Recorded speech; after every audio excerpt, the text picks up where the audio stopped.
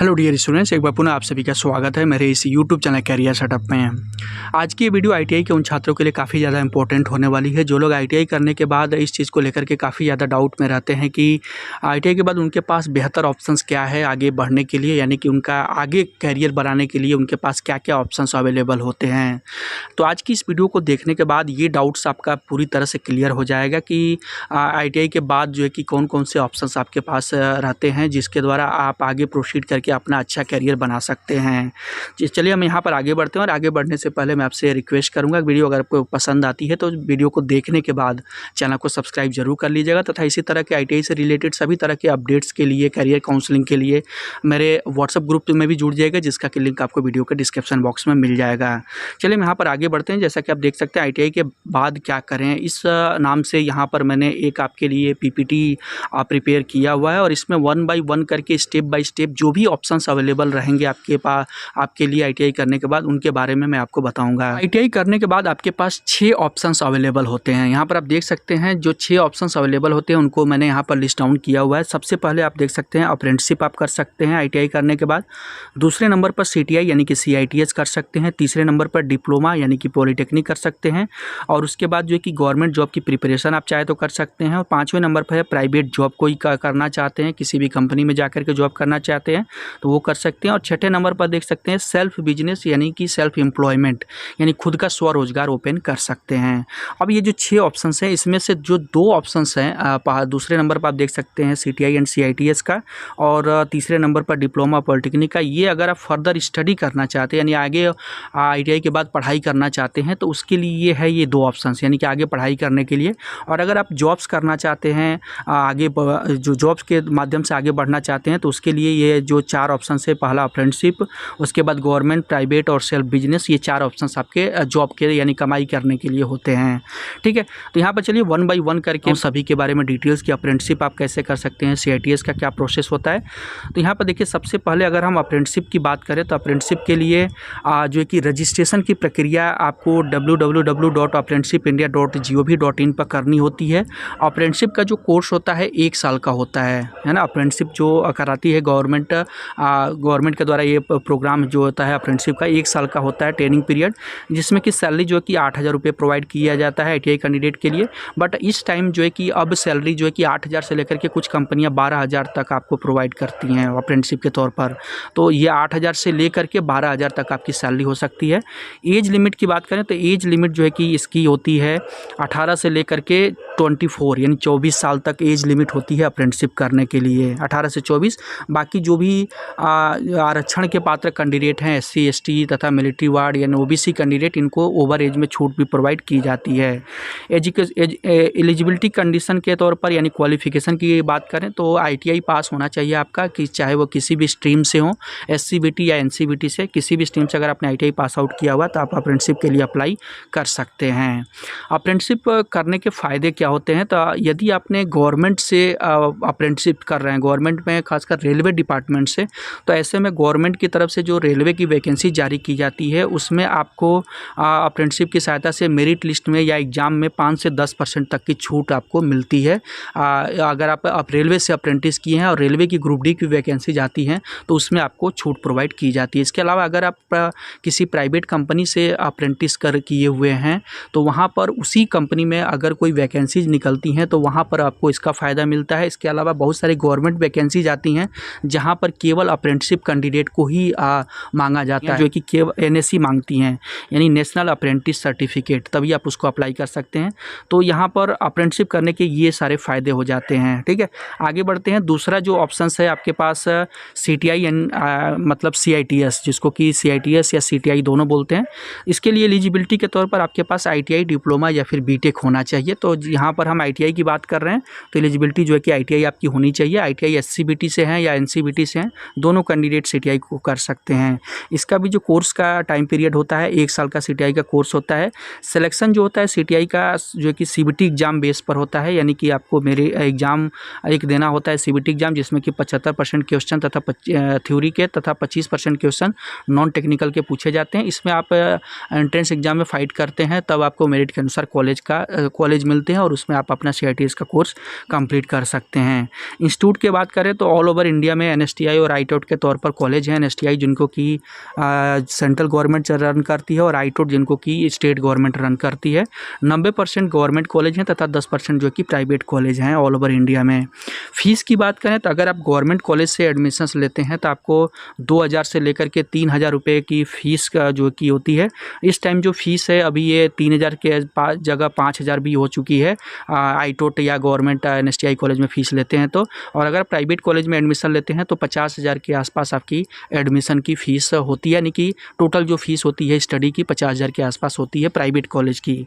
इसके लिए जो वेबसाइट होती है जहाँ से ऑनलाइन फॉर्म या सारी एडमिशन की प्रक्रियाएँ कंप्लीट होती हैं, NIMI-online-admission.in के माध्यम से ये सारी चीज़ें आप CITS CTI के बारे में चेकआउट कर सकते हैं।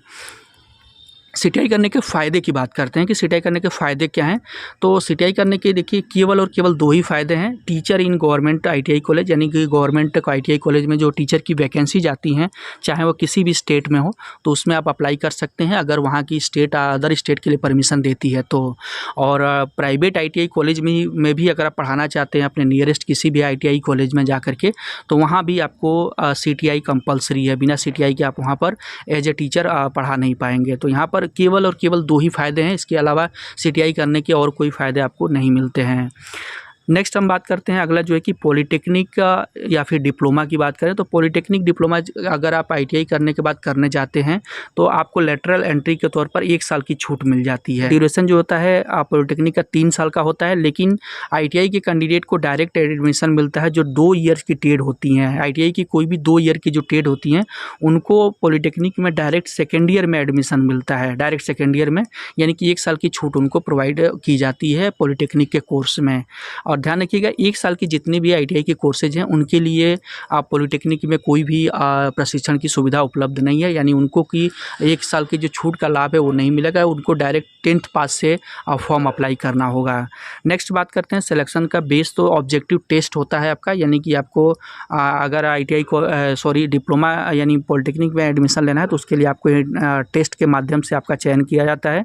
क्वेश्चन का बेस जो होता है टेड रिलेटेड क्वेश्चन पूछे जाते हैं 60% तथा फिजिक्स केमिस्ट्री मैथ से 40% क्वेश्चन पूछे जाते हैं जो पॉलिटेक्निक एंट्रेंस एग्जाम होता है उसमें।